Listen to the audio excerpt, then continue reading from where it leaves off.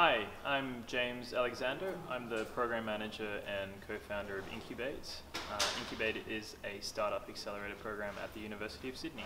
So you're going over to London for London Technology Week, so it'd be great if you could just tell me a little bit about what you're hoping to achieve when you go over to London for your event. Yeah, sure. So I'm heading over to London for London Tech Week. Tech Week has got has a lot of events on, and we thought it would be fantastic to host an event discussing startups at university and the trends around students doing startups and how universities can support their more entrepreneurial students, which is what I do in Sydney, at Sydney. I guess the thing we're mainly hoping to achieve is a great discussion around what are some of the best universities in the UK doing, what are we doing at Sydney, and then really discussing what are some of the pros, cons and challenges of startups, venture support at university. Okay. Kind of long-winded answer. Yeah. So no, that sounds really good. So why are you looking to the UK? Why do you think the UK is the place in which you want to? So the UK's got some fantastic programs already underway. I started INCUBATE a couple of years ago, and about a few years ago as well in some of the top universities at Imperial College and at Oxford. They also started similar programs. Supporting students doing startups is a very new thing for university, and I think there's some really industry leaders in the UK. Okay, fantastic. So do you see the potential on being a continuous link between Australian and British universities, and perhaps could you name a couple of the British universities that you're interested in speaking with when you go over to the UK? Yeah, well, I'm going over there and I'm going to be visiting Imperial College. I'm going to be visiting Oxford, and I'm also going to be visiting University of College London. Okay. All three of them have some really fantastic programs that support entrepreneurship at student and at research level. Yeah. And we're going to be talking about what we've learned doing both our programs. Yeah. In terms of like a link, I think there definitely could be, there's definitely room for collaboration, and we're already starting to see it in some areas around research, but we're not really seeing it in terms of startup or spin-out companies coming out of university. Mm-hmm. I think there's huge potential in that space. Yeah, I agree. So when you have the incubatees currently in your incubate program at Sydney University, do you see much interest for them to be starting their businesses in the UK? Do they see that they could thrive and want to internationalise and go to the UK to? I think a lot of them at first start their businesses in Sydney and go through our program, but all of them want to expand internationally if they can grow. A lot of them are looking towards Asia and Europe. And when they look towards Europe, it's natural to think about basing yourself in London. Yeah. So there's a natural tendency to kind of assume that if I'm going to be expanding into the European market, I want to be basing out of London. We've even got a couple of our startups that are over there right now. Oh, fantastic. Okay, so will they be going to your event as well? Maybe, they're on busy schedules. I'm hoping they will be. No, fantastic, that's good to hear.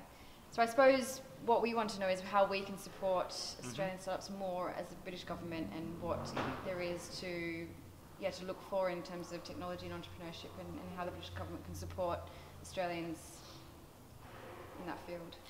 Yeah, well, I think there's already a lot of awareness that the British government is investing heavily into this space. Yeah. That's one of the best things I think to come out of recent times in terms of entrepreneurship support in London. Everyone knows London's changing. The ecosystem is maturing. There's a huge renewed interest in startups and technology ventures within the London sort of circle. Yeah. And I think it's sort of becoming a very exciting place to base yourself if you want to have exposure to the European market and you're an early stage startup. In terms of Aussies going over there, obviously a lot of what the products that we make over here have a natural fit into the UK market.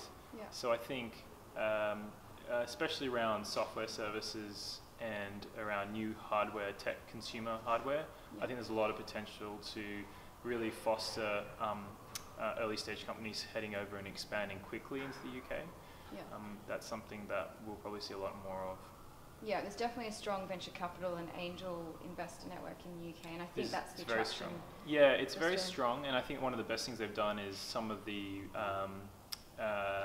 incentives around investing in the UK. The Enterprise Investment Scheme, for example. Yeah, exactly, and I think that's just made it a lot easier decision for potential investors to invest in venture companies. Yeah. And I think that's a great thing to kickstart the market. And I've definitely seen a lot of European startups decide to base themselves out of the UK because of that. Yeah.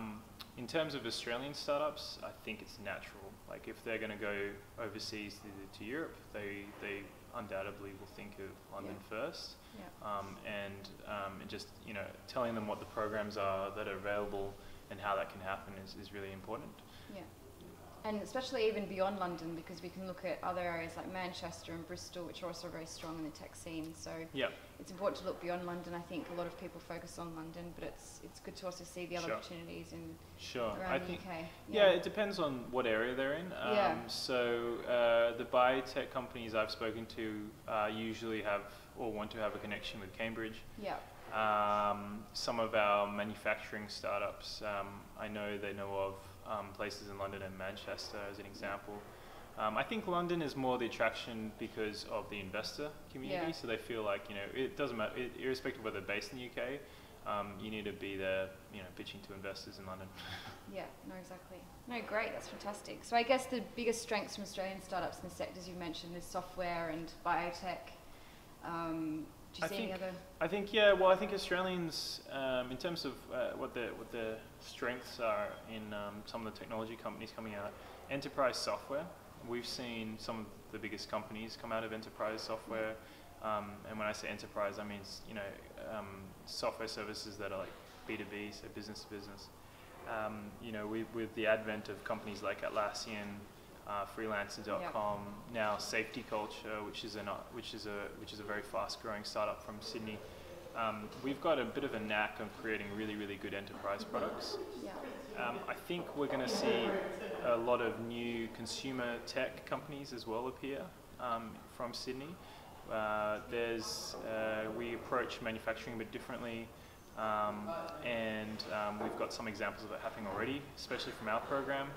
And the other area I think we'll see a lot more of is sort of the really high-tech medical device / life sciences fields as well, because that's where our research capacity is. Yeah. But we're not seeing that research capacity translate into viable, globally competitive growth companies yet. Mm-hmm. So I think we'll see some of those as well.